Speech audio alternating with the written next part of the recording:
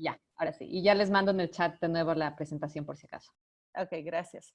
Bueno, el tema de la neuroplasticidad tal vez es el tema de o sea, grande importancia que existe ahorita en las ciencias bueno, de neurociencia y las ciencias del aprendizaje, justamente porque entrega una esperanza por varias razones, pero la gente no sabe exactamente cómo funciona y por ende hay varios problemas en conceptualizar y entender esto bien.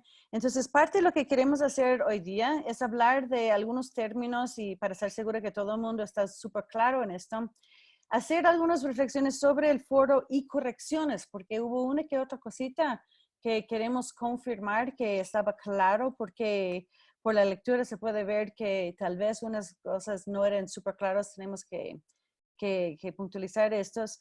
Y después vamos a confirmar los temas de plasticidad, neurogénesis y la poda sináptica. Y vamos a hacer un par de discusiones sobre el foro que ustedes tenían de Bach y Vida y aclarar esta idea de edades cronológicas, etapas cognitivas y las experiencias previas, y para hablar y aclarar temas de neuroplasticidad. Entonces, Ingrid, sí hay muchas cosas que pueden ser como mitos sobre la plasticidad también, ¿no? A veces la gente dice que, tú acuerdas todo, simplemente o sea, todo entra en la cabeza, todo, simplemente no estás acordando bien, no puedes recuperarlo bien. Eso es un mito, ¿cierto? O sea, no Sí, todo lo que te experientas en la vida te pasa a la memoria, ¿cierto? no, sí, completamente, bueno, lo que hemos aprendido completamente cierto, podría decir, porque requerimos que que se hagan conexiones para que se produzca el aprendizaje, entonces ya la memoria. Eso va a quedar en la memoria porque va a ser significativo para nosotros. De otra manera, si nosotros no logramos que esa experiencia sea significativa, no vamos a tener aprendizaje, por lo tanto. Muy bien. Y que la mayoría de las cosas que ocurren en la vida, y Sophie es impresionante que es la mayoría de las cosas que pasan en la vida, la mayoría de lo que pasa por los sentidos, los olores, los colores, o sea, las sensaciones, el calor, el frío, la mayoría de las cosas no están registrados en el cerebro. No estamos registrando la mayoría de la información que nos presenta. Entonces, el cerebro es súper selectivo. Está seleccionando algo, decidiendo qué es importante o no. Y si logra entrar en el cerebro, después solo una fracción de eso logra ser, o sea, consolidado como memoria, como dice Ingrid, para el uso en el futuro, ¿no? Entonces, ¿has escuchado esto antes de la teoría del procesamiento de información? ¿Has escuchado de eso, de que solo una fracción de la información que está a nuestro alrededor está procesada? Sophie. Sí, había escuchado en una clase de psicología que cuando nosotros solo tenemos la capacidad como más o menos del 11% para poner atención a algo, porque si tuviéramos la capacidad de fijar en todo lo que hacemos, nuestro cerebro no podría aprender de una manera como eficaz.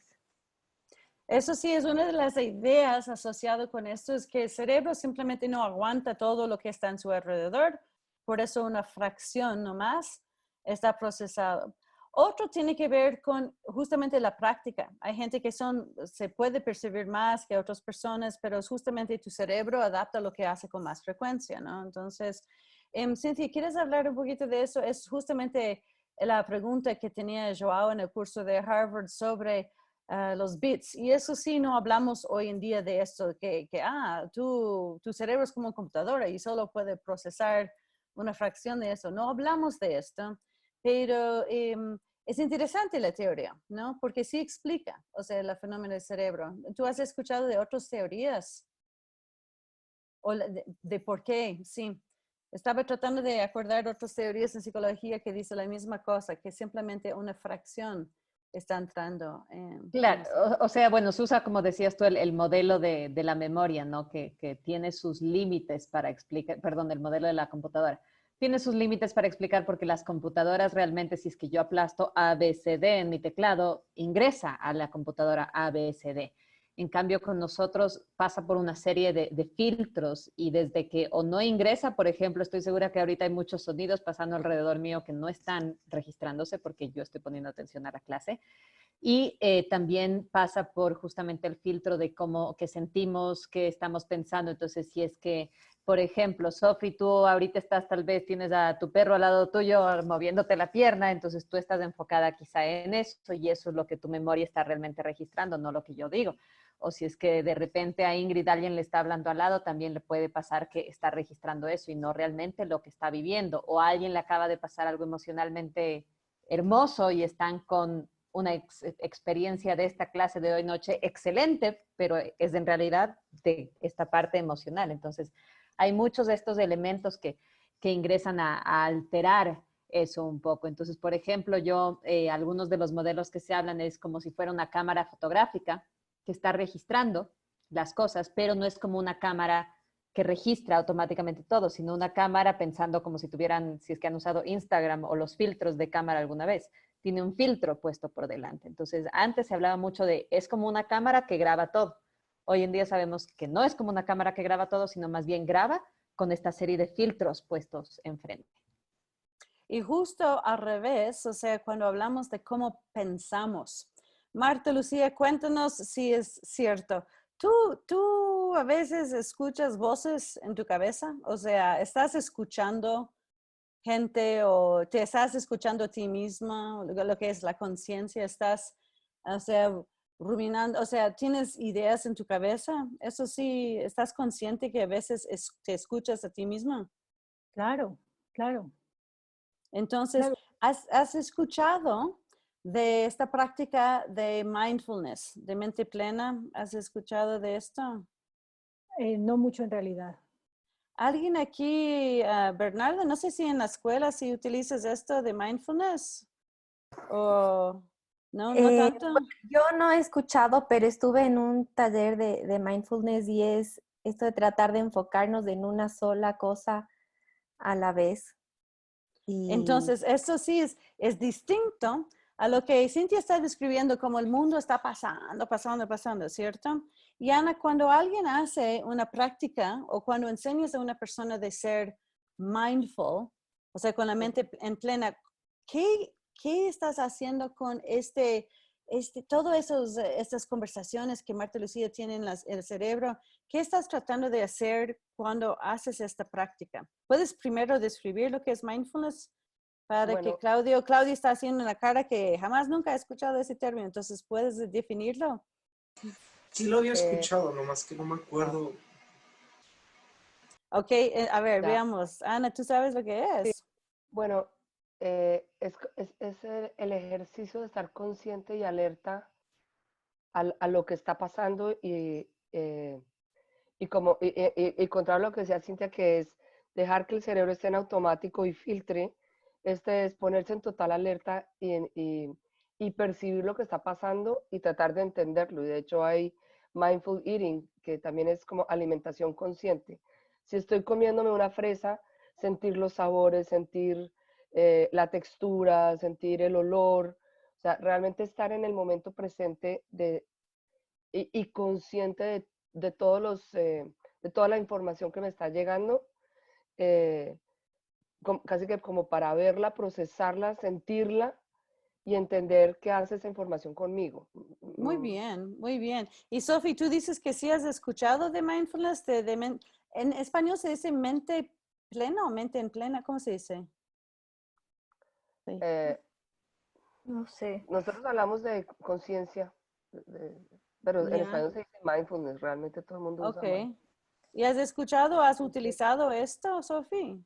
Sí, yo hice mi tesis de psicología sobre mindfulness acerca con personas que tenían trastorno bipolar, me parece, no me acuerdo bien. Pero me tocó investigar un montón de eso y, o sea, habla mucho, había como muchos estudios científicos donde comparaban dos grupos, unos grupos de personas que les enseñaban ejercicios de mindfulness por medio de la meditación, la respiración, y el otro grupo de control donde no, y vieron que a partir de esto, por las resonancias magnéticas, el cerebro es como que era más, o sea, usaba... ¿Ella se La congeló o perdimos yo? a Sofi. No, la perdimos a Sofi. Ay, Sofi, estabas con un momento brillante y te perdimos. Ok, lo que quiero hacer para que entendamos mejor mindfulness o lo que puso la Cintia en el chat como conciencia en plena, es, vamos a hacer un ejercicio que le enseñan a los niños. Literalmente estoy en muchas escuelas donde los niños están tratando de hacer una práctica de mindfulness o mente en plena o conciencia en plena, justamente para ayudarles a enfocar. Entonces, una de las cosas que le hace hacer es pon los pies, las plantas de los pies en el piso. Simplemente le ponen los dos pies así. Ya.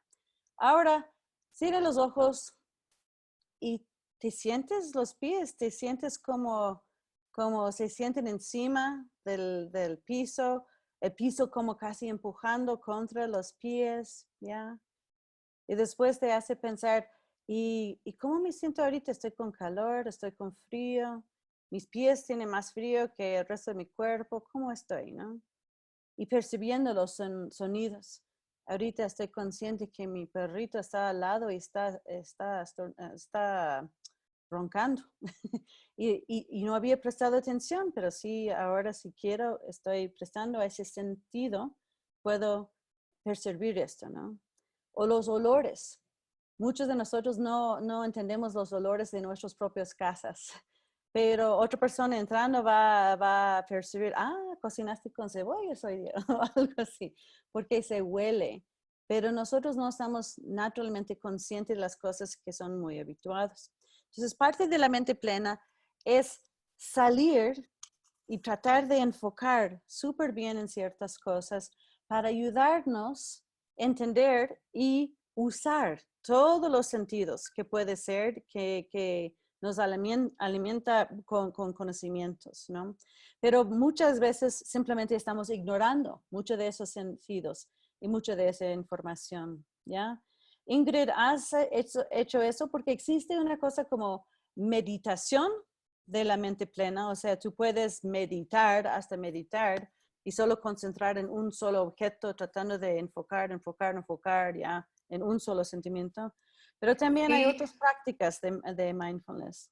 sí, lo usamos hace como 2 años en la escuela e incluso teníamos una profesora que iba por las clases a enseñar como al grupo y teníamos como un gong, es que se llama, como una vasijita y que se tocaba con una, o sea, que hacía un sonido como con muchas ondas, entonces se utilizaba eso en la clase al inicio. Luego ya no volvimos con esa técnica, pero sí participábamos las docentes también. Y es interesante este concepto porque se trata, como todo aprendizaje depende en la atención y la memoria. Una de las cosas que trata de hacer Ángel cuando hacemos esta práctica o cuando enseñamos a los niños, en general los niños a partir de 8 años de edad, me parece que todos de British School, todos los niños entran y la primera cosa que hacen son algunos mindfulness, o sea, ejercicios para enfocar. ¿Por qué crees que sería bueno hacer esto para comenzar el día, para poder listarte para aprendizaje? Creo que es importante que todos estemos conectados al inicio, entonces creo que mantendríamos la atención inicialmente para poder trabajar con los chicos. Muy bien. Entonces, sin atención y sin memoria no hay aprendizaje. Entonces, parte de esto es de tratar de manejar la atención, de decidir en qué voy a enfocar. Y eso tiene mucho que ver con la autorregulación, de saber qué es importante. Esas son las funciones ejecutivas. Voy a decidir a enfocar en ciertas cosas, ¿no? Entonces, esta práctica, habituar la forma de simplemente concentrarse y enfocar en la respira, por ejemplo, es un ejercicio que hace mucho con los niños. No estamos muy conscientes de cómo respiramos, ¿no?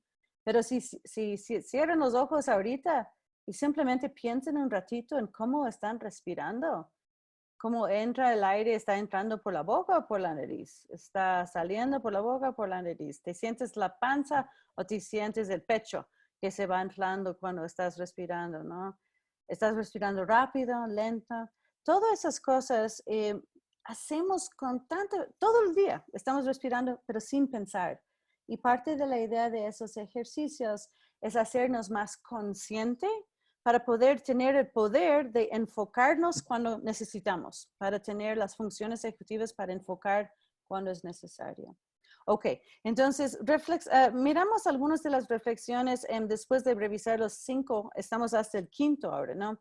Acuerda que hablamos del principio sobre la singularidad del cerebro, después hablamos de la variabilidad humana y después de las experiencias previas, que todo el conocimiento pasa por el filtro de experiencias previas.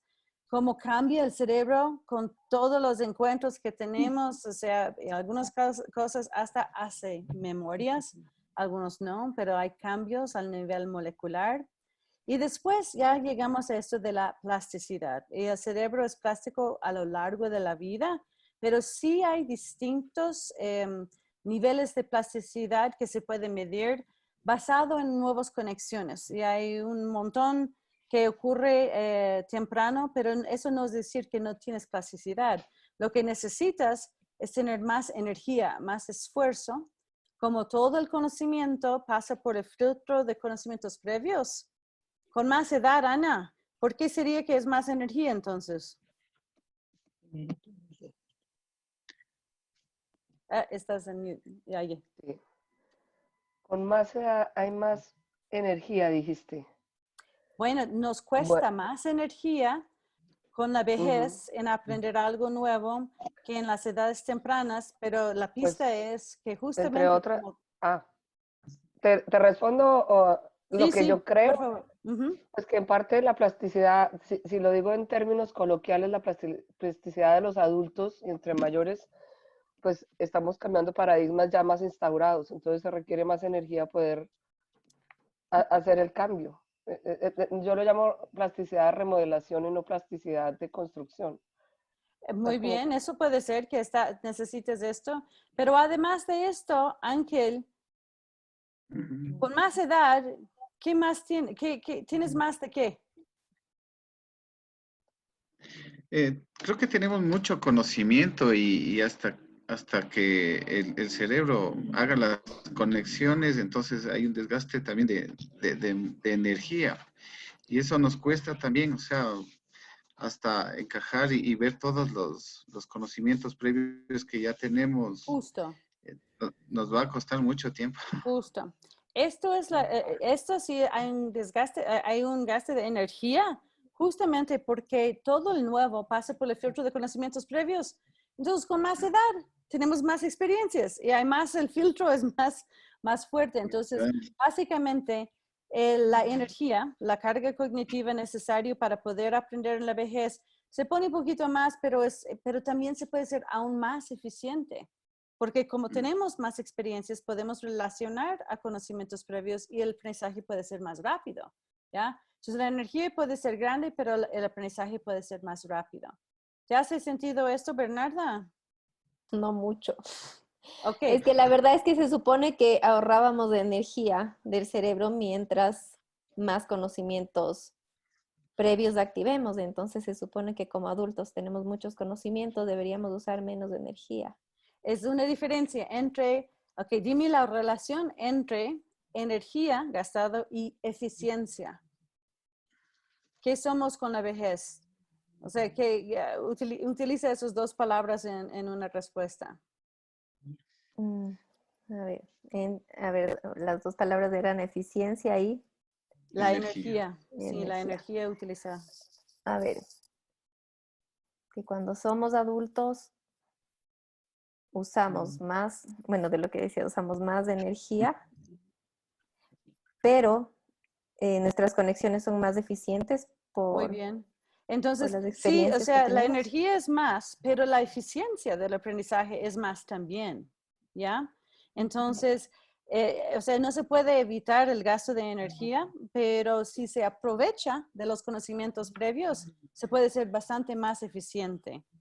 ¿Tiene sentido esto? O sea, sí, Ingrid, ¿entiendes esto? O sea... Sí, sí, completamente. Y ¿Y estaba estás de acuerdo? acordando, sí, estaba acordándome un poco lo que habíamos hablado al inicio y buscando aquí en las notas cuando hablamos de la heurística. Eso se me vino ahí. Excelente.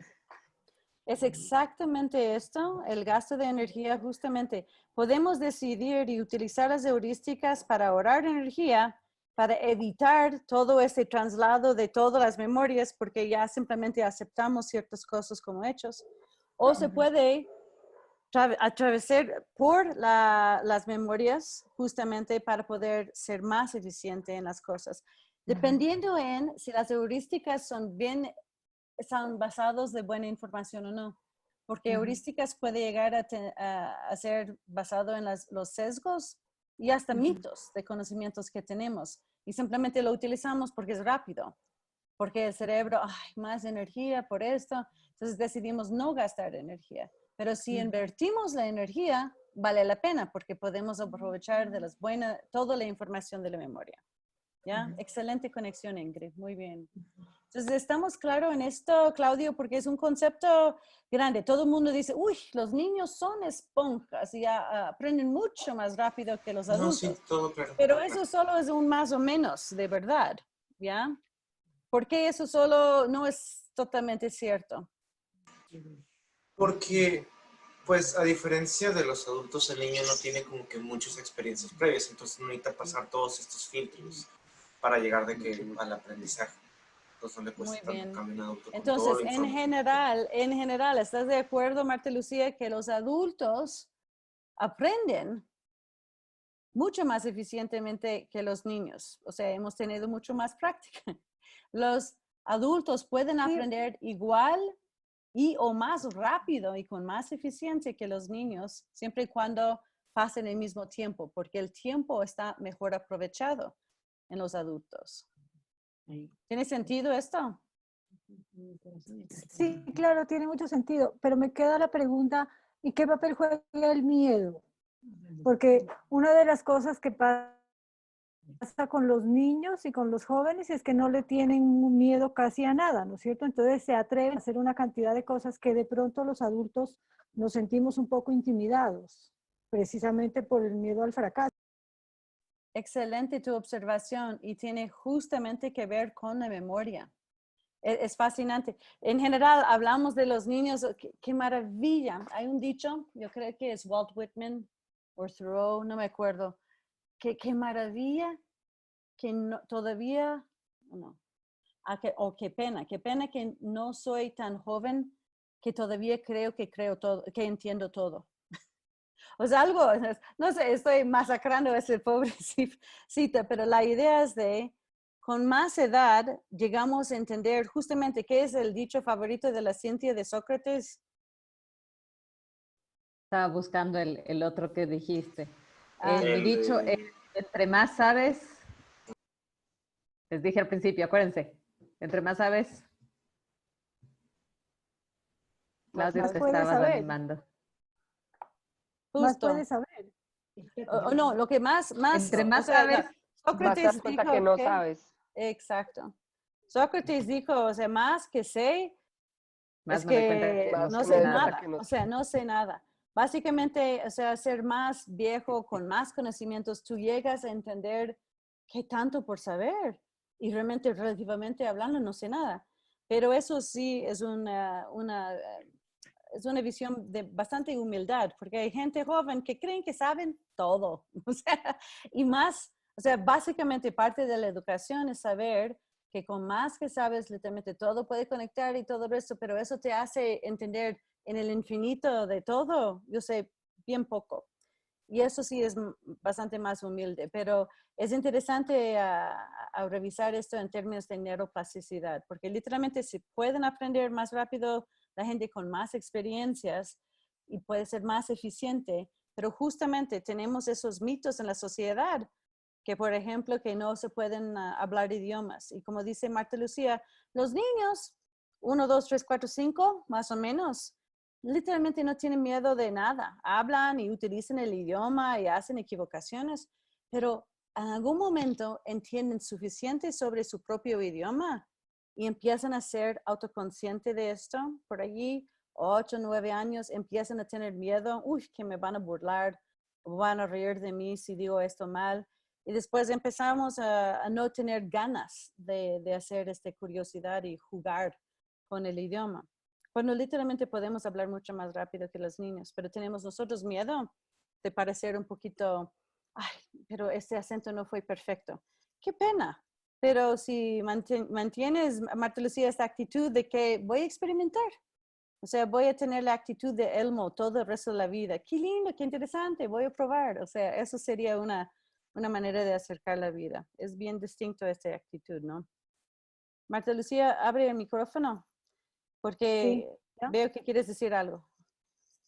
No, estaba pensando en que cuánto juega, a ver, los niños necesitan menos energía porque tienen menos conexiones, digamos. Entonces el conocimiento se dispara por todas partes buscando con qué conectarse, ¿cierto? En eso el miedo les impediría en cierta medida hacer conexiones más, gastar energía. Claro que ellos tienen de sobra energía, ¿no? Entonces no tienen que ahorrarla, digámoslo así. Entonces, si miedo frena el aprendizaje. A lo que me refería era que tal vez si los niños tuvieran un poco, no, olvídalo.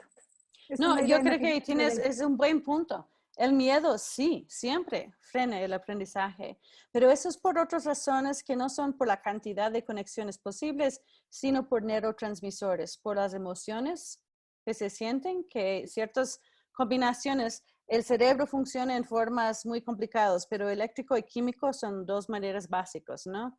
Y ciertos químicos, la combinación químico es necesario para tener esos sinapsis.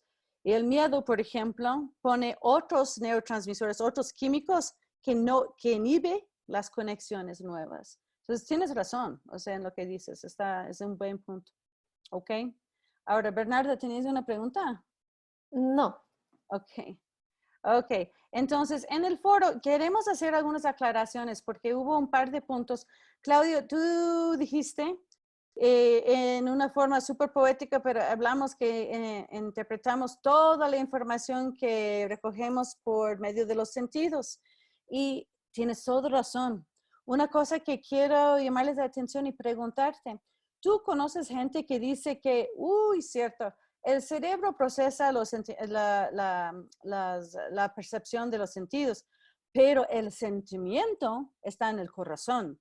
O sea, ¿has escuchado que la gente no entiende que el cerebro es lo que procesa emociones? ¿O tú crees que la gente sabe que el cerebro es lo que está encargado de emociones también? Esa es una pregunta difícil.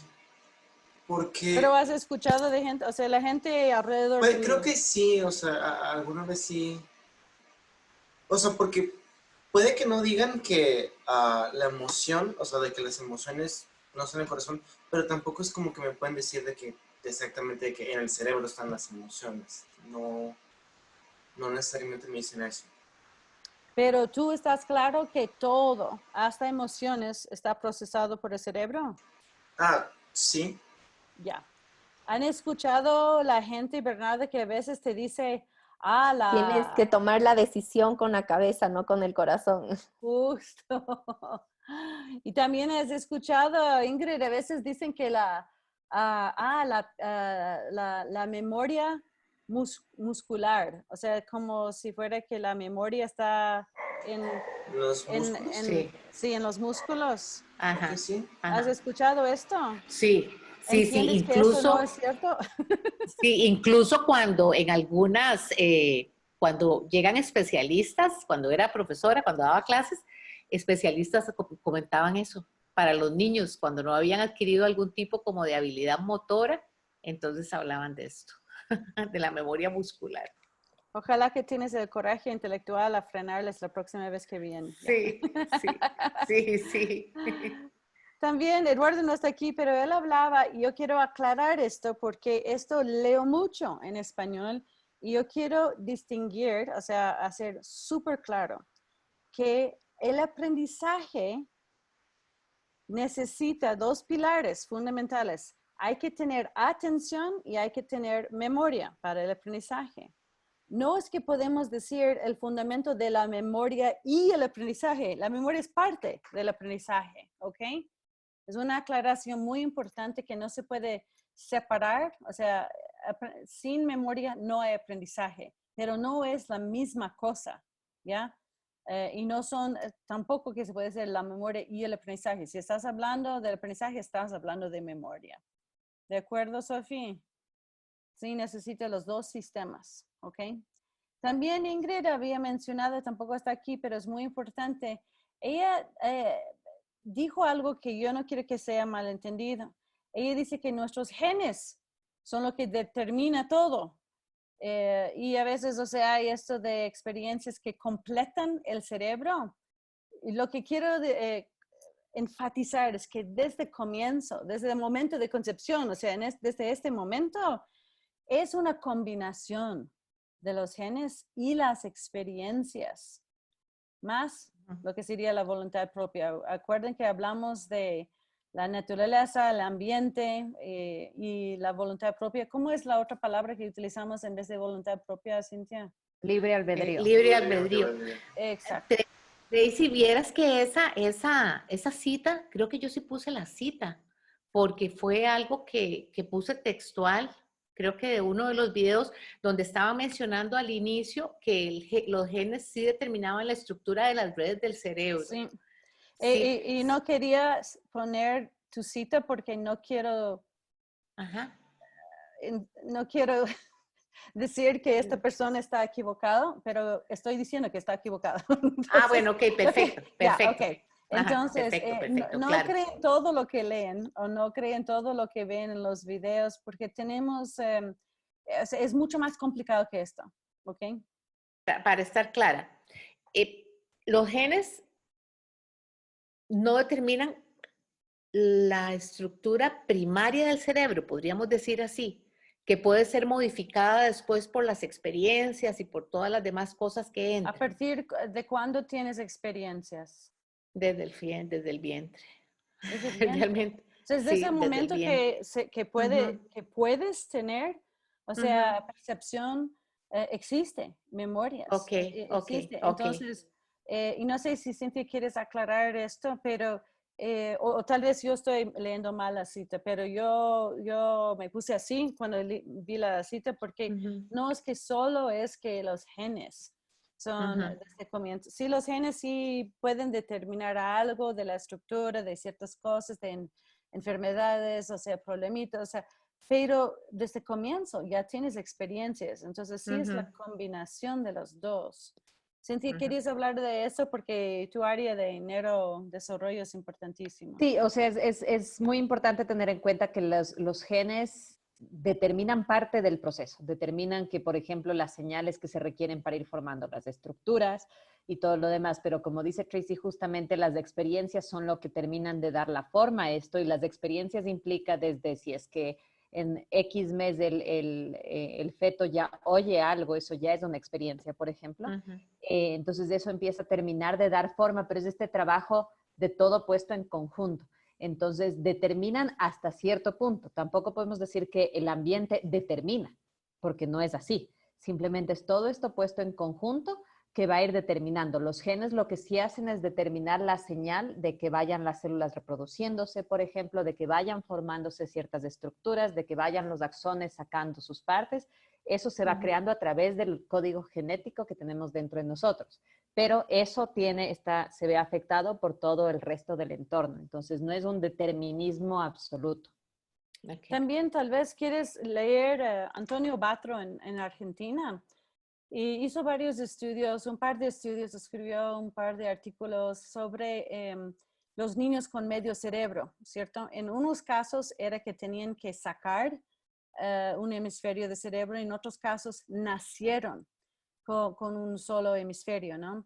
Y él hizo un seguimiento para mostrar que viven sus vidas totalmente normal. Pero en el caso de la persona que nació con la mitad de su cerebro, un solo hemisferio, no saben si eso fue causado por alguna cosa genética, y no solo, obviamente, o fue algo de combinación, o sea, dónde vivió la mamá, cómo era su ambiente. Entonces, hasta que antes, o sea, en la formación del feto, puede ser que las experiencias pueden incidir o combinar con la parte genética para hacer la formación del cerebro también, ¿no? Entonces, es siempre una combinación, ¿ya? Entonces, tratamos de ver de este punto, no solo que después, cuando nazca, ya tiene experiencias. Tienes experiencias desde antes, ¿ya? Y en ¿Ok? eso que decías del cerebro, Tracy, me pareció súper interesante uno de los videos que había en la mini biblioteca de una niña que tuvo un problema y se murió la mitad de su cerebro. Y como el cuerpo es tan sabio que compensa y que pensaron que la niña no iba a volver a caminar o a hablar y que una parte del cerebro desarrolló cosas que tal vez estaban ubicadas en el otro hemisferio y compensó y logró nuevamente a, a desenvolverse como cualquier niño. Tienes toda razón. Y voy a mostrarles, si quieres ver esos de los... Es fascinante. O sea, yo no sé si te mandé a ti, Cintia, lo que era de semana 8 de lenguaje, porque era varios fotos de de la mitad del cerebro. Hay muchos casos ahora y por distintas razones que existe. ¿Dónde está? It's pre-class 8. Aquí está.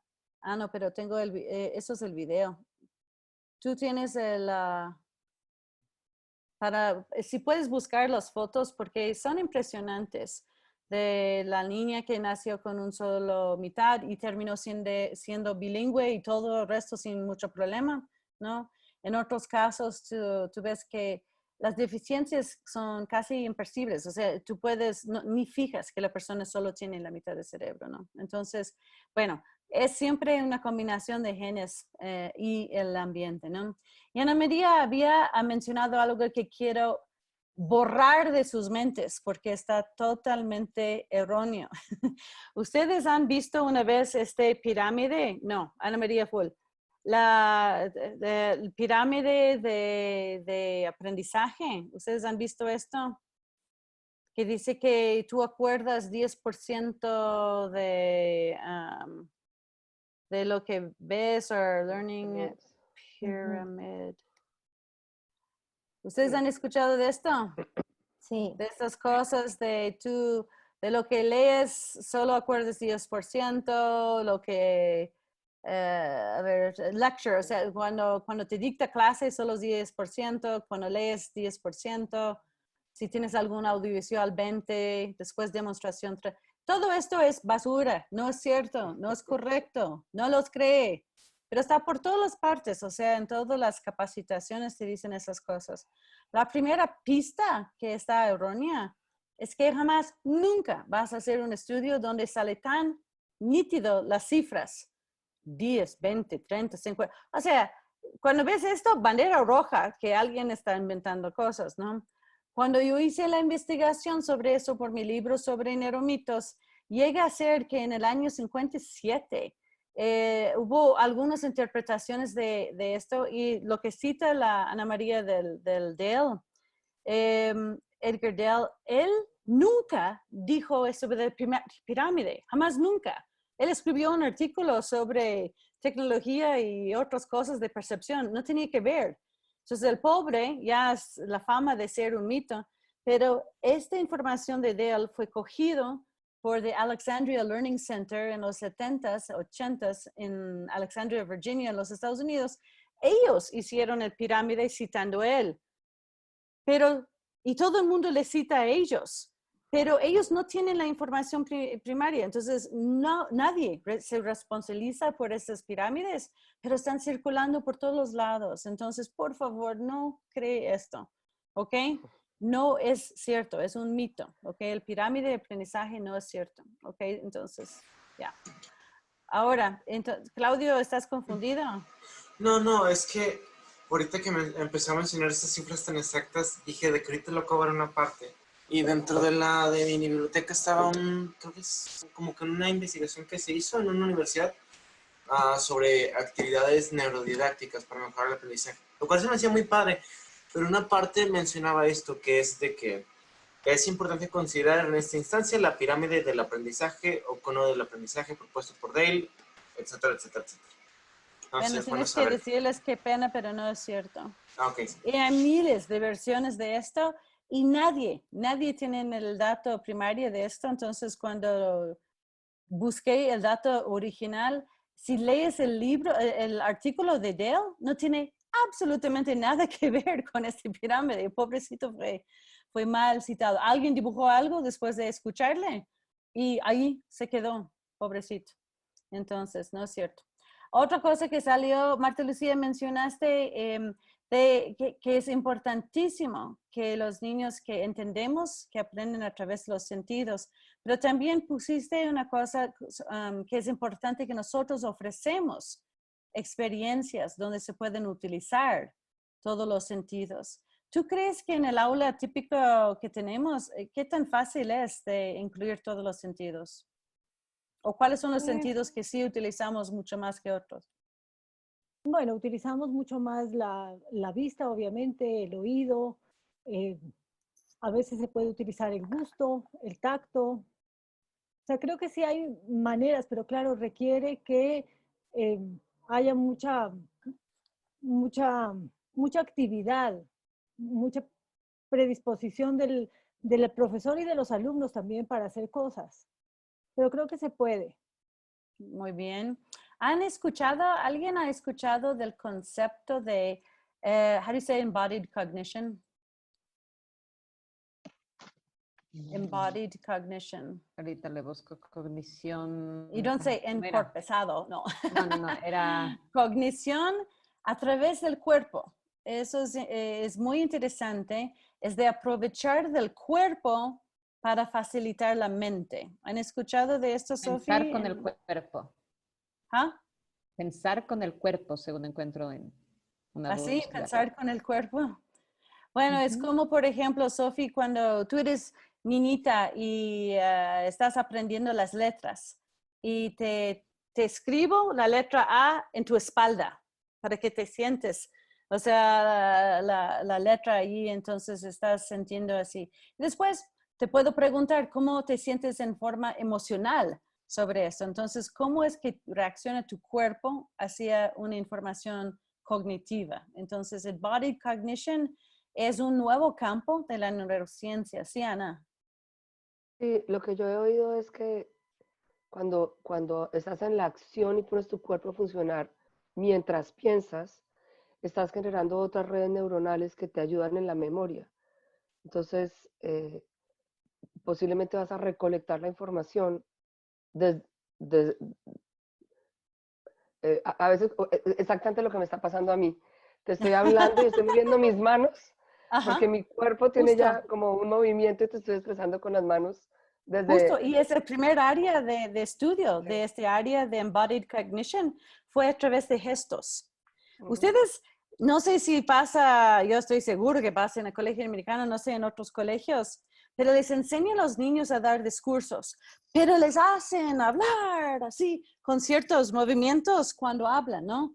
Y eso es para facilitar la memoria, porque hay otras redes neuronales que están asociando con esos movimientos físicos por las palabras. Entonces, hay varios vías neuronales que están estimulando para el mismo conocimiento, o sea, de acordar esa poesía, te aprovechas de esta parte de las manos o la manera que le hace hablar para que se puedan acordar mejor. Eso tiene, o sea, ¿has visto esto, Bernarda? Sí. Sí, por ejemplo, en el preescolar, cuando les enseñas a los niños las letras, hay muchos niños que son muy sensoriales. Entonces, a veces les das una lija con la letra A para que tengan la textura de la lija, o a otros les das una caja de arena para que en la arena dibujen la letra A, o otros forman con plastilina. Luego aprenden canciones con esa letra. Entonces, para estimular con diferentes sentidos un mismo aprendizaje. Muy bien. Entonces, eso de Marta Lucía, de Embodied Cognition, tiene otro manera de incorporar todos los sentidos a otro nivel, ¿cierto? Ana, ¿qué quieres decir? No, que me pasó, de hecho, recientemente que estábamos hablando de esto y alguien lo asoció con Brain Gym y no tiene nada que ver. Entonces quería quería, porque como viene toda esta tendencia de que si hago los ejercicios de lateralidad, yo qué sé. Entonces, creo que eso es otro de los neuromitos que tenemos a veces los educadores, Sí. que no tiene nada que ver con esto. Me acordé. Ok, y eso sí es cierto. Entonces, en Brain Gym, que trata de llamarles la atención al cuerpo, es interesante, es muy bueno, pero decirles que tiene que estimular la lateralidad. Perdóname, no hay nada que tu cerebro hace que es en un solo hemisferio. Siempre está naturalmente conectado. Entonces, todas esas cosas son realmente otro mito, ¿no? Camila había dicho que lo que era muy interesante es de, si caes en cuenta y haces lo que Marta Lucía está motivándonos a hacer, es aprovechar de más sentidos, realmente abres nuevos mundos, pero lo que quería es llamarles la atención de que es netamente otro vía neuronal. Entonces, todos amamos a Howard Gardner en la teoría de inteligencias múltiples, pero él nunca dijo que está fundado en neurociencia. Una de las cosas que sí se puede ver, que sí funciona con la teoría de inteligencias múltiples, es que te pide usar distintos sentidos en distinta manera, ¿cierto? Entonces, en parte de esto, reforzar el mismo conocimiento a través de varios vías no sería mal, no sería mal. O sea, más es mejor, más maneras que meto el concepto en el cerebro, más fácil va a ser de sacarlo. ¿Acuerdo, Claudio, cuando hablamos de esquemas mentales? ¿Ustedes recuerdan de este concepto de esquemas mentales? ¿Sí acuerdan lo que era esto?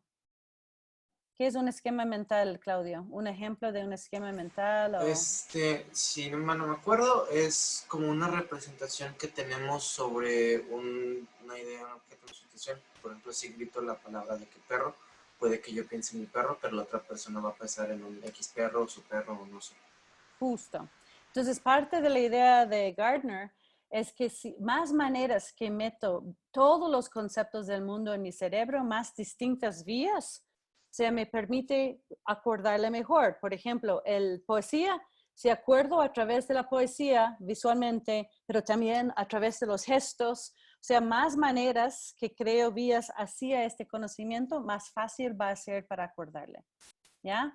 Entonces, eso sí refuerza el punto de Marta Lucía, que más maneras, hay que tratar de estimular todos los sentidos a través del aprendizaje, porque se puede crear nuevos vías, así el mismo conocimiento, ¿ya? Entonces, si quieres aprender, Ángel, sobre una manzana, si te hago oler la manzana, dibujar la manzana, dime una canción sobre una manzana, la variedad de experiencias que tengo con este concepto de manzana va a ser lo más fácil encontrar ese recuerdo en el futuro.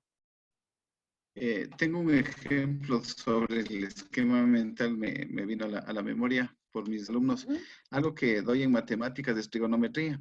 Y bueno, en mi época era un poco complicado las funciones trigonométricas, de aprender lo que era seno, coseno, tangente y todo eso. Pero hay un esquema muy fácil de aprender que es con una palabrita, el SOHCAHTOA, que se han aprendido y justo cuando terminan el sexto curso es lo único que saben. Se recuerdan de mi clase, el SOHCAHTOA. Ajá. Es justo, en inglés se dice algo así, something about my dear Aunt Sally, es el orden de los planetas, o sea, se pueden usar otras maneras con una cosa intangible del orden de planetas. Tú puedes hacerlo más comprensible si utilizas algún rima o algo que sí es más conocido. Entonces, esos son de asociaciones muy importantes para la memoria. Muy buen ejemplo ahí. ¿Ok? Entonces, y el último que Sofía habías mencionado, estos de la información por medio de las percepciones sensoriales pasando por estructuras internas cerebrales. Solo quiero hacerte entender que son la misma cosa. La percepción, no puedes tener percepciones sensoriales sin que pasen en el cerebro, o sea, está pasando en el cerebro, ¿ya? Entonces, no sé si estoy leyendo esto mal, pero no son cosas distintas que percibes y después está en el cerebro. Si percibes, es porque sí está en el cerebro, ¿ya? ¿Puedes explicarnos lo que querías decir en esto? La verdad es que hice uno antes y se me borró todo y hice este otro y no le revisé bien. Así que pido disculpas por eso. Okay. Pero sí entiendes que la percepción está hecha en el cerebro. Entonces, no son o sea, pasando por las estructuras, o sea, es parte de ella. Ok, solo esa aclaración. Porque hubo eso sí, porque el vocabulario es muy importante, porque al malentender una solo de estos ya estamos malentendiendo el cerebro. ¿Ustedes se acuerdan de esto? ¿Hablamos de esto en algún momento? El homunculus. ¿Puedes tipear esto, Cintia, para que saben? En el cerebro, justamente hay una banda de fibras justo encima, o sea, que cruza los dos hemisferios y casi en la mitad, que es la corteza motricidad. Una cosa interesantísima que encontró Penfield en 1927 es que ciertas partes de esta corteza de motricidad están recibiendo percepciones, las sensaciones de distintas partes del cerebro. Entonces, cuando se buscan, esos son los nodos muy importantes por ciertas memorias que tienen que ver con estas diferentes partes del cuerpo. Entonces, sensaciones que recibes a través de la lengua o a través de los dedos se sienten en distintas partes de la corteza. Entonces, están the somasensory cortex, ¿tú ves esto? Perdón, yo dije motricidad. Está justo atrás de motricidad, es the sensory motor cortex, justo atrás, ¿ya? Esta banda azul, ¿ya? Entonces, tú estás percibiendo estas cosas. Es interesante porque o sea, que están relacionados con ciertas memorias y también, o sea, la percepción en sí. Lo que es fascinante es how do you say, the real estate, la cantidad, el espacio que ocupa en el cerebro no es relacionado al tamaño en tu cuerpo. Por ejemplo, tus labios son una de las cosas más sensibles en todo el cuerpo y tú puedes ver cómo es más parte de la corteza que está en este área, ¿cierto? Pero otras cosas son menos, o sea, ocupan menos espacio en el cuerpo. Y ustedes ven algo, o sea, no sé si existe en español, pero en inglés hay un chiste sobre la gente que le encanta los pies y los zapatos y es algo súper sexual. Bueno, si cae en cuenta que los genitales están justo al lado de los pies, eso te hace entender por qué. Entonces, es raro, ¿no? Pero ahí está una explicación no psicológico, sino fisiológico de la percepción, de las sensaciones, ¿no? ¿Alguna observación, algo que me puedes decir sobre el homunculus?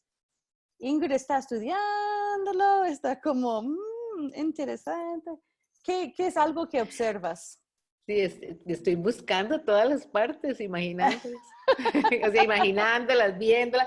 Incluso me pongo a pensar, en algún momento en el pasado tuve una experiencia de una persona cercana que tuvo un accidente de tránsito muy fuerte y entonces se le vio afectada alguna parte de su cerebro y quedó con dificultades motoras y entonces eso era realmente lo que estaba buscando, que era lo que había pasado porque quedó su brazo izquierdo inmovilizado y varias áreas así que la plasticidad se dio porque empezó a mover, ¿verdad? Al inicio se decía que no iba a poder ver y un montón de cosas y el cerebro pudo recuperarse, no completamente, pero sí bastante satisfactorio. Entonces era lo que estaba viendo. Es fascinante, o sea, de entender que sabemos esto por más de 100 años, o sea, casi 100 años, es fascinante, pero no hemos aprovechado de este conocimiento de las cosas que están ahí. Y se pueden ver, hacen experimentos horribles con monos, donde, por ejemplo, le corta uno de los dedos y se ve como invaden literalmente los otros dedos que están ahí, invaden el espacio que era dedicado a la sensación que recibió ese dedo, invaden el espacio y utilizan. Entonces el cerebro súper plástico en que se adapta a las experiencias, ¿no? Entonces, Cynthia, ¿quieres decir algo sobre esto? Porque el punto era de las percepciones, o sea, quiero conectarle a esto de que si está dañado un sentido, se puede reemplazar con otro. Eso fue la gran preocupación de Paul Bach-y-Rita, que era fascinante. Y literalmente le enseña a una mujer nacida ciega, sus ojos estaban bien, el cerebro no estaba bien. Entonces, el cerebro, la parte que le manda señales para percepción visual no funcionaba. Ella nació ciega, pero le enseña a ver a través de la lengua. Entonces, la idea de Bhakti-Vida era de que se puede cruzar percepciones, se puede, si un espacio, porque sabemos que una parte puede crecer o invadir o usar otras partes, si la señora no tenía bien la parte de los ojos, se puede aprovechar de otra parte del cuerpo para enseñarle a ver, y eso es lo que le hizo. Cynthia, ¿quieres decir algo sobre esto, sobre Bhakti-Vida o plasticidad o ese experimento? O sea, yo diría que les recomiendo el libro muchísimo si es que no han leído los libros que tiene Deutsch en los que habla justamente de estos casos, porque es increíble ver cómo la lengua logra desarrollar las conexiones neurológicas que le permiten a esta persona tener un sentido diferente a lo que uno relacionaría al sentido del gusto. No tiene nada que ver con el gusto. Entonces, nuestros sentidos son altamente maleables y nuestro cerebro es altamente maleable. Y con eso aprovecho a decir un tema sobre plasticidad que nos ha pasado antes, que las personas nos dicen que cuando hablamos de plasticidad piensan en, no tengo nada plástico acá cerca, piensan en algo plástico y duro. Eso, plástico, que no se cambia. Más bien, al hablar de plasticidad, de lo que estamos hablando es de la plastilinaciedad, si quieren verlo de esa manera. Piensen en plastilina, si es que eso les sirve. Algo que es altamente maleable y cambiante.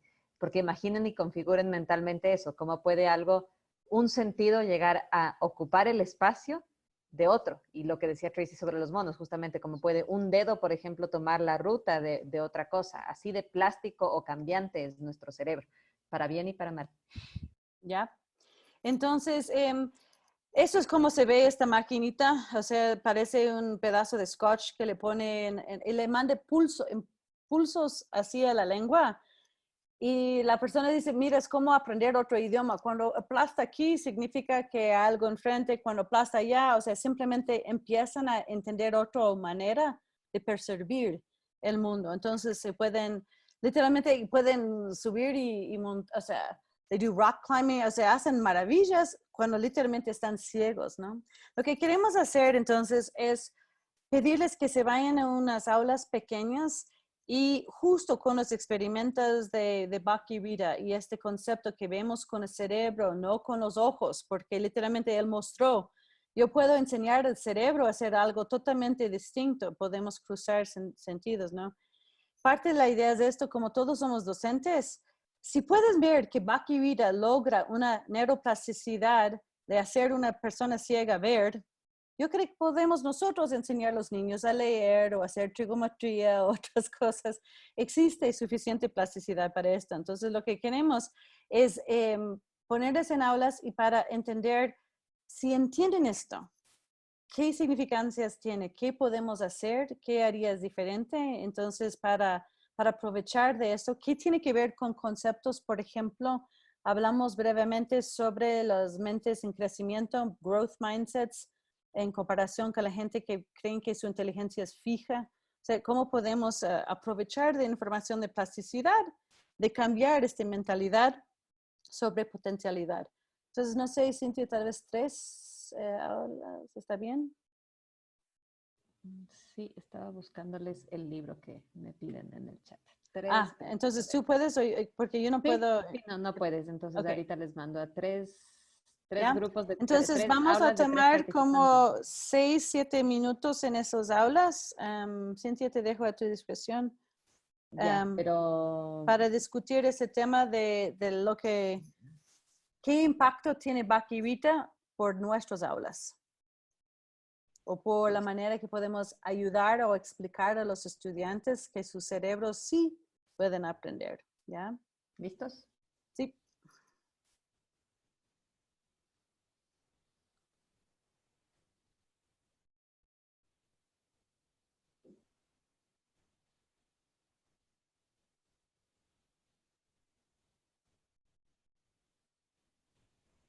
¿Sí te sale un anuncio en pantalla, Ángel?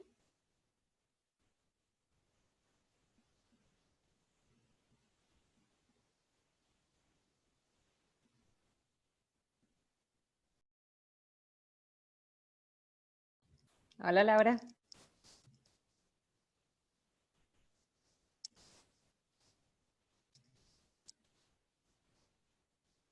Estamos en cuartos, están ya por salir en 30 segundos.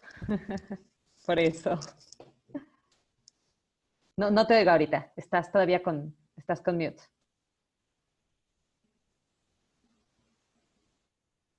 Algo me intentaste decir, Laura, pero no te entendí. Estás con mute, supongo que sigues sin el audio funcionando. Ya, ok.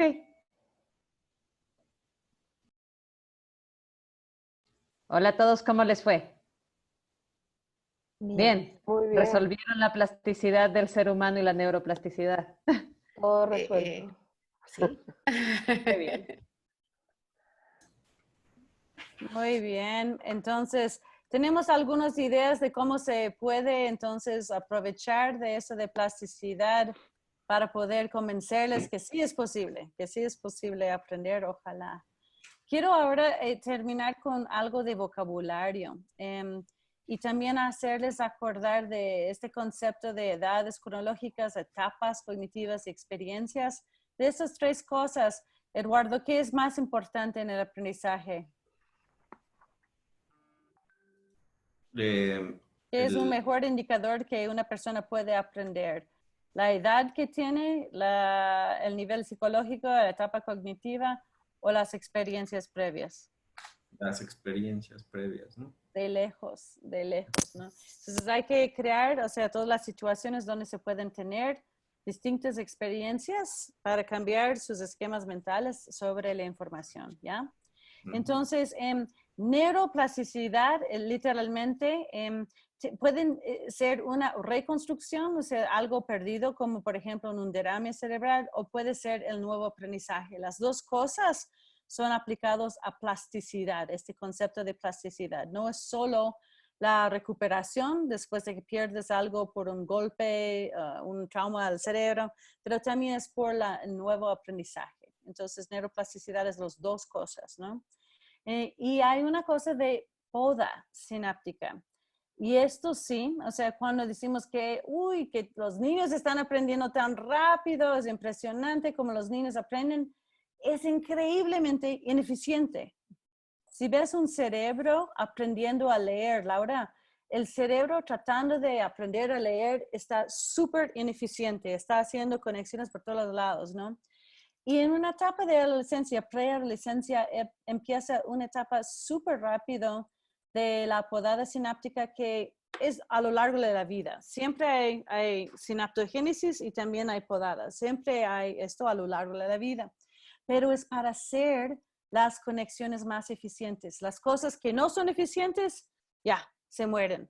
Y después se refuerzan entonces los que sí funcionan, ¿no? Entonces, eso es la poda sináptica. Entonces, Sofía, ¿has escuchado de ese término antes? ¿Y tú crees que es algo beneficioso? ¿Es algo negativo? ¿Que pierdes las conexiones?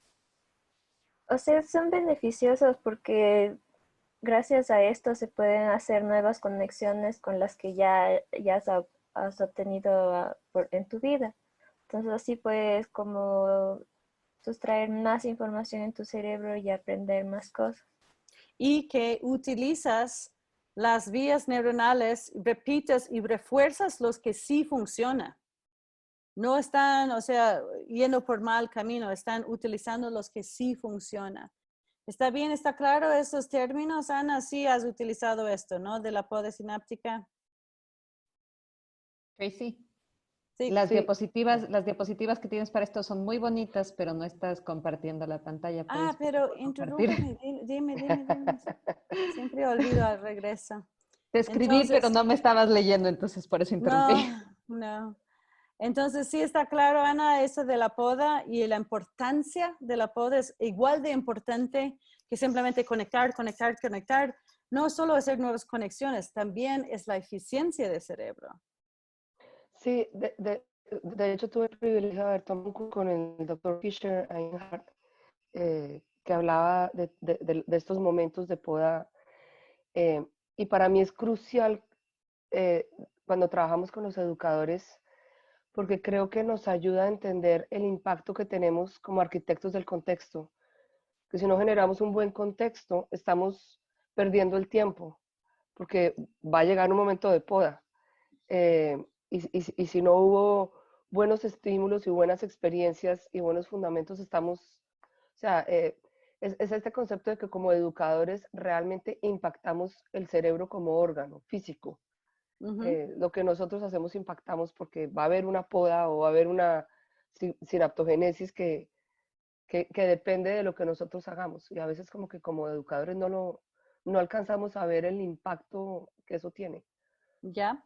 Y hay dos dichos muy importantes. Donald Hebb dijo, use it or lose it. O sea, si no estás utilizándolo, tampoco. Entonces, la poda sináptica es también, hay un falta de uso, simplemente no está reforzado, entonces la conexión no va a ser fácil. Y como no está reforzado, no va a ser fácil recuperar, ¿no? Pero la otra idea de fire together, wire together, significa que en general, sí es posible que neuronas de un lado y otro lado están conectados en un sinapsis, es posible, pero es poco probable. La mayoría de los disparos y las conexiones son súper pegados, o sea, lado a lado. Entonces, cuando una parte del cerebro está estimulado, justo el vecino también está estimulado, pero no es por otro área del cerebro. En general, están en la misma parte del cerebro, ¿ok? De ahí, entonces, también está el concepto, de neurogénesis. Sí existen nuevos neuronas en el cerebro. Antes pensábamos que no, pero fue descubierto en 92 que existe, sí en otros mamíferos, en 98 probado que sí hay neurogénesis en el cerebro, pero no es una abundancia que Claudio puede salir y después farrear todo el fin de semana y quemar todo el cerebro y ya pensar que recrece todo. O sea, no funciona así. Entonces, no hay muchos de estos nuevos neuronas y la mitad de ellos mueren enseguida que nacen, imagínense. Y la otra mitad, o sea, una cuarta parte, conecta a lo que ya existe, otras conexiones ya existentes. Entonces, solo hay potencial que la otra cuarta, 25% de los nuevos neuronas pueden llegar a ser nuevas conexiones, pero no es garantizado, entonces no deben contar con esto, pero sí existe nuevos neuronas, ¿cierto? Y que los neurones no pueden ser reemplazados, o sea, literalmente sí se pueden, y hasta que se pueden ver ahora, neurogénesis en el cerebro, ¿ya? Ok. No existen los momentos óptimos para aprender. O sea, hay que enseñar el momento de sinaptogénesis. No, es al revés. La enseñanza causa sinaptogénesis, ¿ok? No es que es espontánea ni nada de esto, es algo debido o gracias a la enseñanza, ¿ya? Entonces, ahí está sinaptogénesis gracias a esto. Y neurogénesis no puedes programar, ni sabes cuándo es. Y literalmente en la mayoría de los casos lo que se encuentra es solo tienes nuevos neurones en el cerebro cerca del bulbo olfato y el hipocampo. Y no se puede establecer en más áreas del cerebro. Entonces no es realmente que está por todos los lados, ¿no? Y también sinaptogénesis es bien establecidos. Las nuevas conexiones son bien establecidos. Eso es el aprendizaje en sí. Cuando hablamos de sinapsis en el cerebro, literalmente sinapsis es el espacio entre los dos partes. Es un gap, entonces es un espacio. Pero la nueva conexión que hacen entre ellos, donde transmiten químicos entre los dos lados, es sinaptogénesis. Cynthia, ¿quieres elaborar un poquito en la explicación? Sí, estaba escribiéndola. Okay. Las neuronas, básicamente, como ustedes pueden ver ahí en las imágenes, tienen estas pequeñas conexiones, ¿verdad? Si lo habíamos visto, no sé si recuerdan o si su memoria se regresa a las primeras semanas. Entonces, hay como espacio entre dos patitas, básicamente. Entonces, lo que empieza a pasar, como ustedes pueden ver en la imagen, es que salen los neurotransmisores de la una y se conectan a la otra. Y eso puede pasar, eso es parte de lo que pasa en el proceso de aprendizaje. No es que tenemos estas conexiones así y así se quedan, sino que puede ser que tengo así conexiones y empiezo, no sé si alcanzan a ver en mis manos, sí, están así mis conexiones y se empiezan a crear nuevas conexiones hacia las diferentes como patitas y eso pasa constantemente para crear esta plasticidad.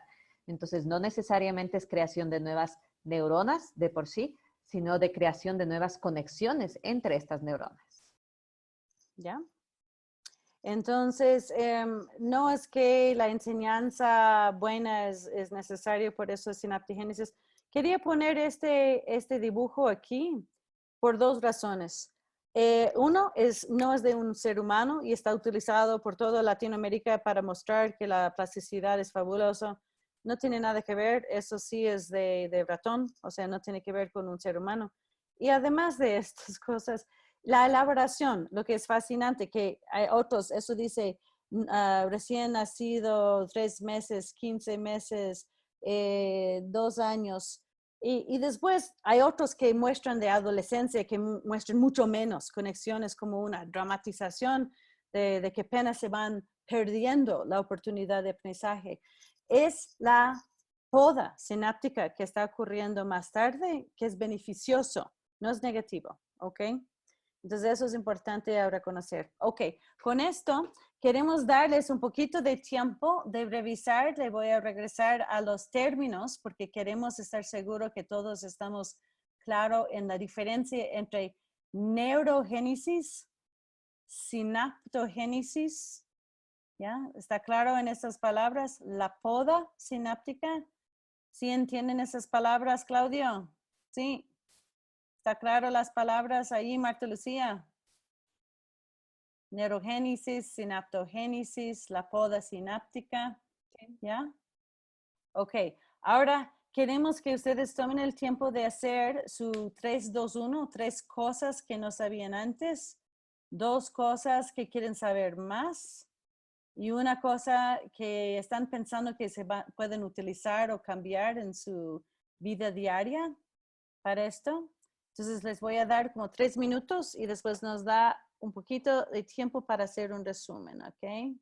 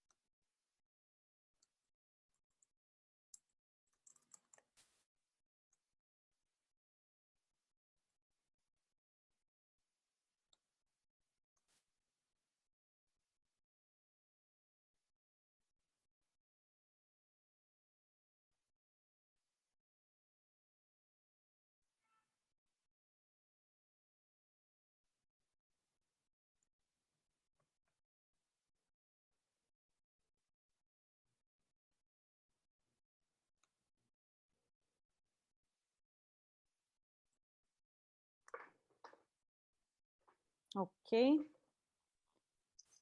Ahora, al escribir estos, seguramente surgió algunas dudas o preguntas sobre el mismo tema o de aclaraciones necesarias. ¿Alguna duda o pregunta, Ángel? ¿Algún pensamiento que te ocurre que quieres aclarar o entender mejor sobre la plasticidad humana?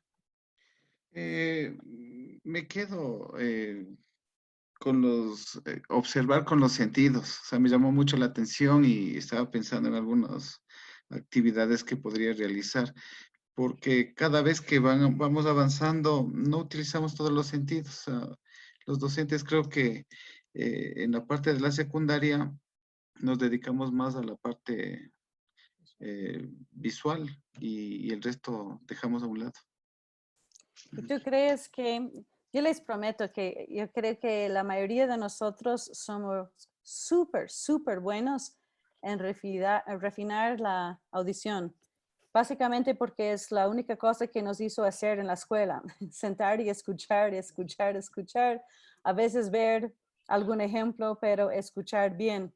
Yo tengo una hipótesis que la gente que salen súper bien en el colegio son los que son súper atentos y pueden escuchar bien, porque no hacemos la variedad de actividades. Marta Lucía, tú dijiste que sí es posible usar los otros sentidos y debemos acordarnos, incluir. Y a partir de esta conversación hablamos de embodied cognition, o sea, de la parte de usar más el cuerpo entero a través del aprendizaje. ¿Te ocurren otras ideas después de esta conversación? Sí, a veces me cuesta trabajo ponerlas en práctica, pero creo que, obviamente, no sé si por mi materia me resulta a mí mucho más fácil, pero sí se me vienen miles de ideas. E inclusive, el nuevo programa del BI fomenta mucho el tema de acercar a los estudiantes a las realidades que aparecen en los libros, por ejemplo. Entonces, qué sé yo, propone llevar a los chicos se me ocurre en este momento, un asilo de ancianos o una cárcel o a ese tipo, o sea, exponerlos a ese tipo a las situaciones que aparecen en las obras para que tengan esa vivencia. Y entonces es aprovechar todos los otros sentidos. Eso es muy auténtico. O llevarles a escuchar, o simplemente oler algo, o sea, que le estimula una conexión entre la información. Y Sofi, en tus clases has tenido docentes que sí aprovecharon de eso, de todos los sentidos. Sí, especialmente en mis clases privadas de violín tenía un profesor que hablaba eso de embodied cognition y nos hacía muchos ejercicios con eso y nos hacía como interpretaciones de ciertas piezas y eran Por ejemplo, ¿qué diferentes. hiciste? Era como cuando tocábamos alguna pieza en especial tenías que como expresar un cierto sentimiento a través de lo que estabas tocando. Entonces él nos hacía sentir como en qué parte del cuerpo quieres que esta información se guarde para que después te la vuelvas a recordar o algo así. No me acuerdo muy bien, pero sí la usaba. Entonces, esto sí es algo que debemos, Ángel, tú estás diciendo que debemos todos tratar de hacer más, o sea, de aprovechar de los otros sentidos. Sí, o sea, de hecho, yo estoy trabajando con los adolescentes y creo que es una etapa muy importante del aprendizaje y creo que hemos dejado de utilizar los otros sentidos. Hoy se me viene un mundo de ideas para aprovechar antes de terminar el año. Muy bien. Lo que quiero pedir, un favor, Sote, Cintia, el Metacognitive Awareness Inventory, ¿tú puedes traducirlo en español y poner un link en una cosa para aprender a aprender mejor? Bernardo, ¿qué es metacognición? ¿Te acuerdas? Metacognición. Es el ser más reflexivos sobre nuestra forma de aprender. Muy bien. ¿Han escuchado, Eduardo, de un inventario? Es una manera de revisar si estamos siendo metacognitivamente, o sea, consciente, estamos prestando atención. ¿Has escuchado de un inventario de esto? ¿De cómo revisar esto? ¿No? No. Vamos a compartir este inventario que tiene 52 preguntas, pero uno que se destaca relacionado a lo que acaba de decir Ángel, lo que están mencionando ustedes. Una de las cosas para aprender mejor es, he tratado de utilizar todos mis sentidos en aprender esta información. Entonces, es de acordarnos de ciertas pistas, maneras de mejorar nuestro propio pensamiento a través del uso de todos los sentidos, ¿no? Entonces, de entender que hay plasticidad a través de todos los sentidos y debemos aprovechar de todas las distintas vías neuronales para reforzar el aprendizaje, ¿ok? Algo más de reflexión. Les voy a mandar el link de un instrumento que han tratado de validar. No les puedo decir que está validado, ese está en español. Y les voy a mandar también el que está en inglés, porque no hay cómo traducirlo, Tracy, no me sale a mí por lo menos con facilidad. Pero les mando uno que está traducido, se ha hecho un intento de validación y ya les mando también el que está en inglés. Lo que queremos es que ustedes tomen el tiempo de revisar, o sea, la manera, ¿esos tienen las preguntas o no tienen las preguntas? Esa es la validez, pero tiene las, aquí está. Entonces, por ejemplo, trato de descomponer el problema en partes pequeñas. Trato de tener distintas maneras de resolver esto antes que empiezo. Imagino el problema para saber cómo resolverlo. ¿Dónde están las cosas de sentidos? Me pregunto. El 14 es algo que quiero preguntarles ahorita. Cuando termino la clase me pregunto si puedo poner atención a lo importante, o sea, eligió lo importante en esta conversación. Pero esto, y quiero que ustedes revisen esto porque es muy importante seguir mejorando nuestro propio pensamiento sobre pensamiento, porque cuando aprendemos de la neuroplasticidad, básicamente estamos tratando de hablar de lo que es el aprendizaje en sí, ¿ok? Entonces, en honor de su tiempo voy a terminar, pero quiero ver si hay alguna observación o pregunta sobre la información de ahora. ¿Qué piensas, Sophie? Sí. Yo tengo una pregunta. En uno de los videos decía, o no me acuerdo si leí, decía que había una edad crítica para ciertas cosas en la vida del ser humano, que es como la visión, el momento de hablar y esas cosas. O sea, mi pregunta es, ¿por qué esas etapas son críticas y el aprender otras cosas, no? Hay unas dos hipótesis de etapas críticas después de que naces y hay etapas críticas en el momento de formación de la creación del feto. Entonces, eso sí, tres cosas que están afuera de lo típico porque por todo el resto hablamos de etapas sensibles. Pero en la etapa de la formación del feto, no sé, Cintia, ¿quieres resumir esto de la formación del tubo neuronal? Sí, entonces hay momentos en el desarrollo del individuo que tienen que suceder ciertos procesos. Por ejemplo, en los primeros días se va formando el tubo neural, básicamente por donde va a pasar luego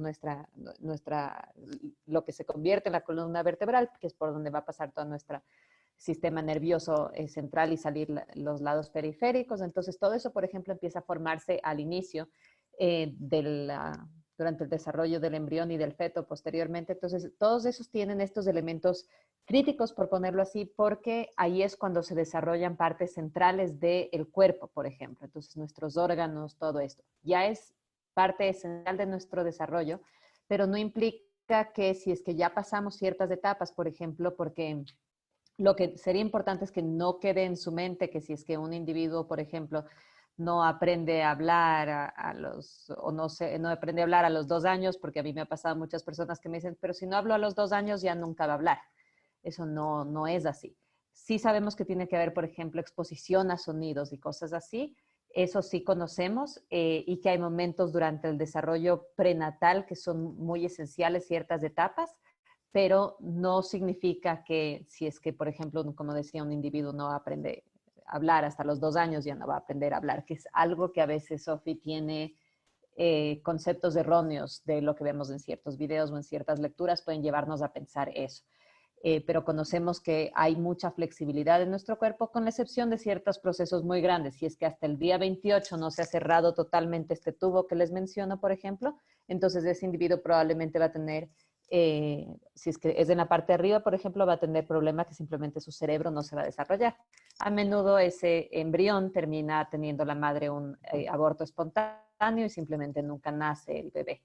A menudo, no siempre. Entonces, esos serían algunos de los elementos en los que sí vemos esta parte del desarrollo crítica, que si es que no sucede, suceden problemas gigantescos. Pero por la mayoría, justamente por nuestra plasticidad, podemos desarrollarnos con bastante normalidad, como las fotos que les mandé, que Tracy mencionaba sobre la niña con medio cerebro, que tienen en el chat. Entonces, hay 3 que hablamos que sí hay bastante consenso, ¿no? 3 etapas críticas. Uno es la formación del feto, como menciona Cintia.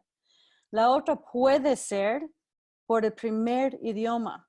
Y esto es justamente basado en la evidencia de los niños, de los feral children, los niños que fueron criados por animales.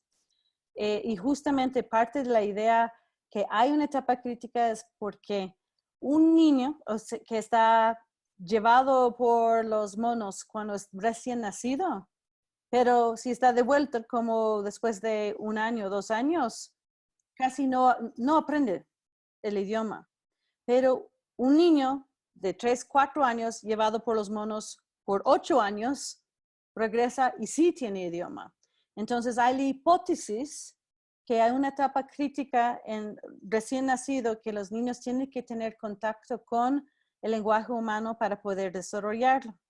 El problema de esto es que no se puede probar, porque yo no puedo pedir prestado, por favor, Ana, me presta tus hijos y le voy a aislarle de la humanidad por un par de años y veamos que pueden hablar o no. O sea, no se puede hacerlo por ética. Pero pensamos por los 249 casos que existen por los niños llevados por animales y que han sido creídos en otros ambientes. Por la niña, por ejemplo, pobrecita, una niña de como 2 años y medio, después de esa edad, la mamá le botó para vivir con los perros en su jardín. Entonces, la niña creció con los perros hasta que más o menos 8 años que los vecinos caen en cuenta que hay una niña corriendo con los perros afuera. Y la niña, por lo que tenemos los seres humanos un larynx, podemos hacer sonidos que no pueden hacer los perros. Entonces, la niña puede hablar perro, pero los perros no pueden hablar niña, o sea, no pueden hablar como los seres humanos. Entonces, ella ha creído de 2 años y medio hasta, o sea, por varios años, afuera con los animalitos, con los perros. Cuando le rescató, trataba de ver si se puede desarrollar lenguaje. Y ella jamás nunca pasaba un nivel bastante remedio de como una persona de 5 o 6 años. O sea, literalmente no tenía la capacidad. Entonces, no se sabe, pero se pueden ver esos casos y suponer que ha de haber una etapa crítica por el primer idioma.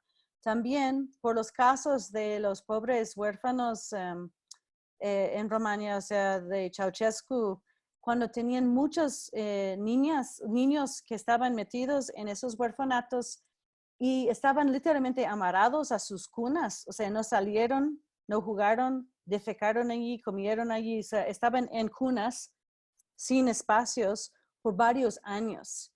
Y allí sale el gobierno, entra las tropas, le sacan los pobres niños y están adoptados por familias bonitas en Canadá y tienen donde espacio para correr y todo, y jamás regresan a 100%. Entonces se supone que hubo una etapa crítica por el desarrollo de motricidad gruesa. Se supone, pero tampoco se puede probar. Entonces pensamos que hay etapas críticas por primer idioma y motricidad gruesa, pero con ciertos casos no se puede probar esto. Entonces esas 3 cosas, o sea, de neurodesarrollo, primer idioma y motricidad gruesa. De allí y adelante, todas las otras cosas, no hay etapa crítica por nada que aprendes en el colegio. Nada. Lo que es mucho más importante es el orden de la introducción de conceptos. Y también no entraría ahí la visión. La visión, sí.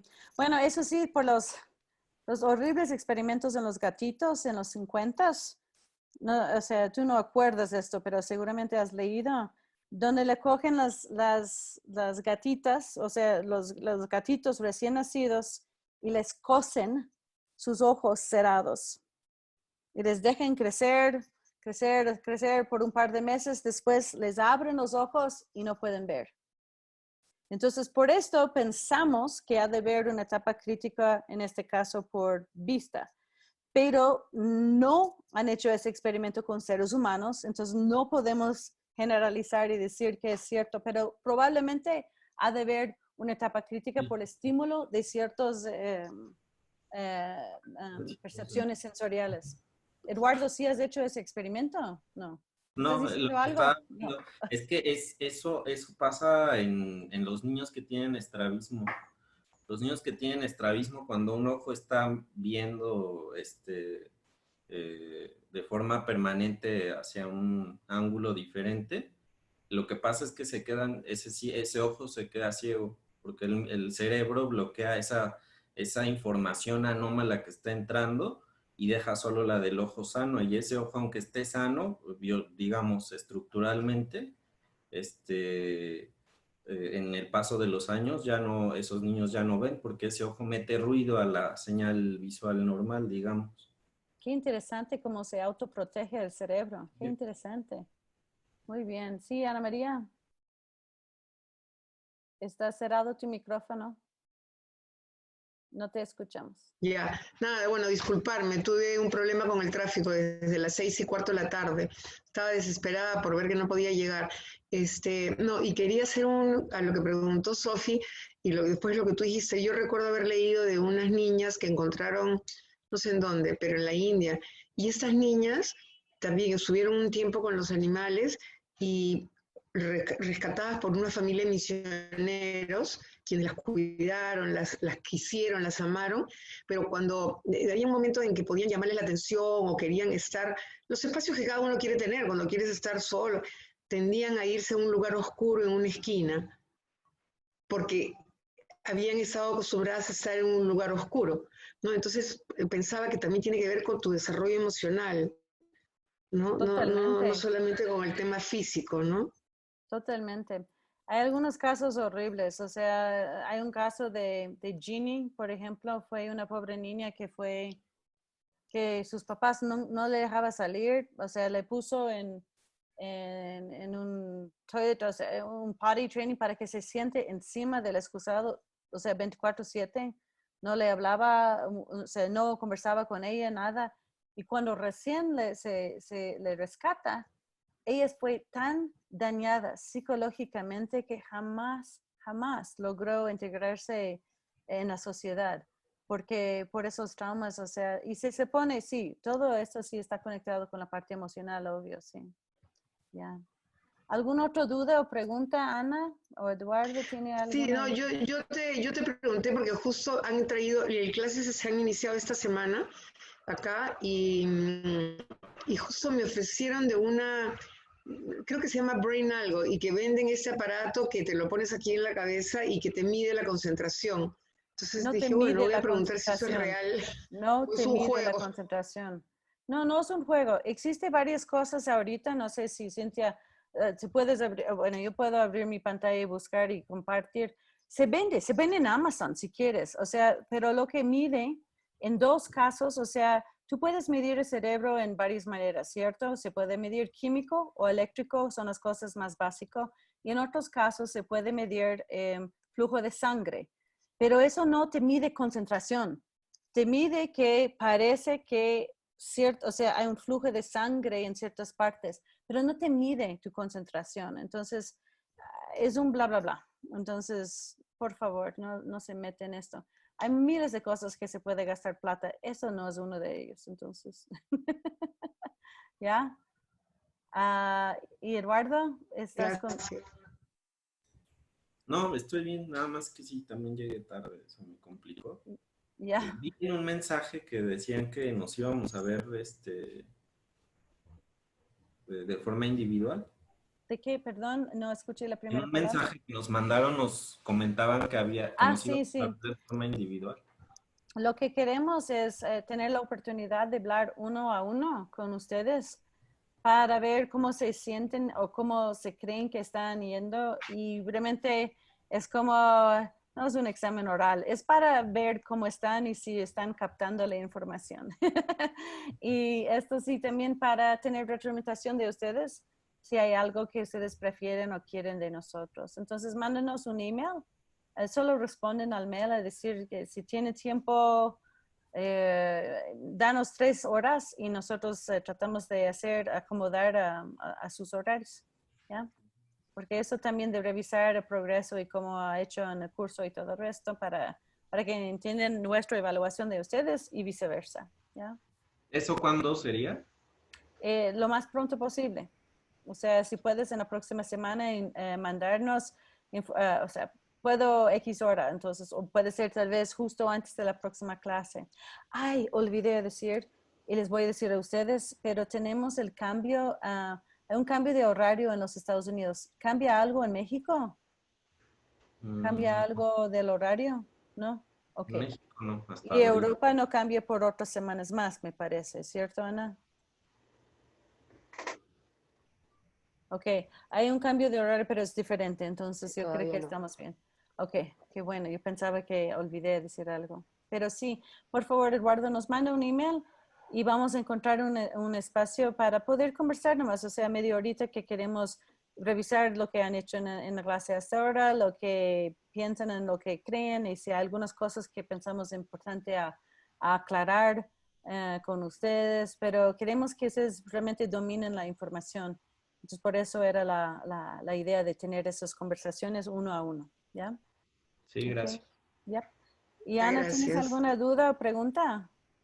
Tengo como cosas que están en mi cabeza, No, como a mí en Solo especial, disculpe, Ana María, estoy hablando con Ana. Ana, perdón que eso sí debe ser perdón, como, perdón, casi 2 de la mañana. sí, Tú debes estar perdón, como perdón. no, enredado. no importa. El concepto de autoplasticidad dirigida, y cómo, Autoplasticidad. sí, lo has escuchado? Pues Bueno, de la gente que están tratando de aprender, o sea, pero siempre es, o sea, yo no entiendo siempre es por qué es auto, plasticidad. porque siempre es plasticidad. No, no sé, creo que auto, porque lo he estado como leyendo y viendo mucho sobre eso, dirigir tu atención hacia donde quieres tú enfocarte para lograr hacer un cambio. Pero normalmente yo he escuchado lo asociado con rehabilitación. O sea, Ok, cuando tú estás tratando de hacer más rápido una recuperación de algo, o sea, de rehabilitación, he escuchado sí, autoplasticidad. Pero plasticidad. tú, Cintia, ¿has escuchado esto? Yo siempre pensaba No, que era no. irónico, o sea, no entendía por qué es auto, porque siempre es auto, entonces, pero Siempre es auto, pero porque como lo he estado leyendo, lo he estado como asociando con la parte de educación y, y bueno, le hallo como cierto valor, estoy toda como en el estudio, cierto valor porque en cierta medida te concientizas de que tienes el poder de decidir y no depender de otro, como que tienes el poder de manipular la epigenética, tu contexto epigenéticamente, pero no sé si lo ¿estás habías oído. revisando, Cintia, para ver si encuentras algún documento sobre eso? Sí, Si nada tienes aún. algo que podemos leer, Ana, o sea, encantada de Ok, leerlo y revisar. Sí, como listo, entonces como en eso estaba mi cabeza. sí, Y ya. el concepto de meta, y con el, estaba viendo ahorita la medida de metacognición y también estamos tratando mucho el tema de metaestrategia, que no es la metacognición solamente después de pensar, sino antes de, pero bueno, Yo entonces creo estaba que mirando es, desde que me parece es Flavel, que una de las primeras personas en los Clavel. 80, 87, 88, trataba de llamarnos la atención de la importancia de ser consciente de la cognición, o sea, y poner este primer etiqueta de metacognición.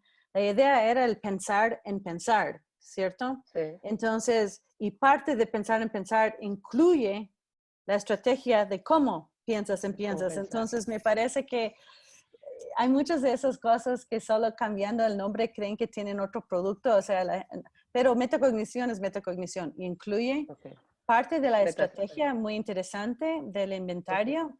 Tú mandaste el inglés del Metacognitive Awareness Sí. Inventory. Ya.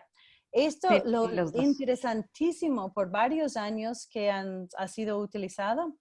Yo conozco escuelas donde, por ejemplo, le tienen los niños de 5º grado que tomen esto una vez al mes.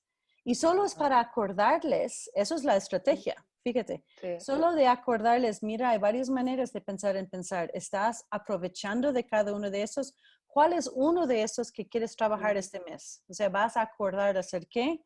Entonces les hacen ser más consciente de cómo están acercando problemas o resolviendo problemas. Y eso es parte de la estrategia. Entonces, pero Voy a sí, compartirlo. sí, me parece, o sea, hay uno que está por profesores, hay otro por niños en inglés. Es por eso justo en español, hay uno en Turquía, hay varios idiomas que están tratando de utilizar esto desde los 80s, pero hay mucha información, o sea, mucha literatura que convale lo que es del inglés. Entonces, no sé del otro, por eso quisimos tratar de, no se puede jalarlo, hacer la traducción como le mostramos a los chicos, ¿no? No, no me está porque le traba, no sé por qué. Tal vez es mi compu que se haya trabado por algo, ni idea, pero no me está funcionando. Bueno, trate de traducirle a Ana a Le ver voy si a- te gusta Se le la... puedo pegar a Word y tratar de con eso. ¿Quién es el Ok. autor? Mai. Ya. Semai es el corto para el nombre del Metacognitive, según yo, por lo menos. Puedo estar aquí. No, Bueno, eso es Metacognitive fuente. Awareness Inventory. Awareness, sorry. Mai, ajá. El autor es, ¿quién es el autor? O sea, el que yo les mandé es el que está en la página de Student Services de alguna universidad. Eso es Ok. de lo que utilizamos en el curso de Harvard. Ujú, sí, esa misma. Ya. Scoring Guide Pues como para attributed poder to decir de dónde Schrock sale eso. and Denison, del 94. Ah, Dennis, cierto. Ya, ok. Y me Ok. voy a terminar la grabación.